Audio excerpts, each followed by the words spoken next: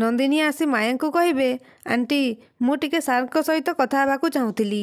ତାପରେ ଆନନ୍ଦ ଆସିବେ। ତାପରେ ନନ୍ଦିନୀ କହିବେ, ସରି ସାର୍, ମୁଁ ଆପଣଙ୍କୁ ଏତେ ରାତିରେ ଡିଷ୍ଟର୍ବ କଲି। ଆପଣ ମୋତେ କାହିଁକି ଆପଏଣ୍ଟମେଣ୍ଟ ଦେଇଛନ୍ତି? ଏଇଥିପାଇଁ ଯେ ମୁଁ ମହାପାତ୍ର ଟ୍ରଷ୍ଟ ଫଣ୍ଡକୁ କେମିତି ଠିକ୍ରେ ମ୍ୟାନେଜ୍ କରିବି, ଏଇଆ ତ? ତାପରେ ଆନନ୍ଦ କହିବେ, ହଁ, କିନ୍ତୁ ଏତେ ରାତିରେ କାହିଁ ପଚାରୁଛ?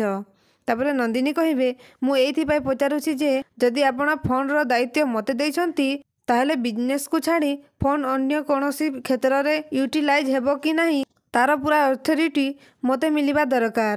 ଆଉ ଡିସିଜନ୍ ବି ମୁଁ ନେବା ଦରକାର। ତାପରେ ମାୟା କହିବେ, ନନ୍ଦିନୀ, ପଲ୍ଲବୀ ଯେଉଁ ନିଷ୍ପତ୍ତି ନେଇଛି ଏକଦମ ଠିକ୍ ନିଷ୍ପତ୍ତି ନେଇଛି। ତାପରେ ନନ୍ଦିନୀ କହିବେ, ସରି ଆଣ୍ଟି, ଏଇଟା ଅଫିସ୍ ମ୍ୟାଟର। ତାପରେ ମାୟା ରାଗିଯାଇ କହିବେ, ଏ mind your words.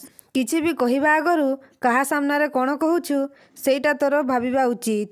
Fund management କରିବା ହେଉଛି ତୋର ଦାୟିତ୍ୱ, ଡିସିଜନ୍ ନେବା ନୁହେଁ। ମନେ ରହିଲା?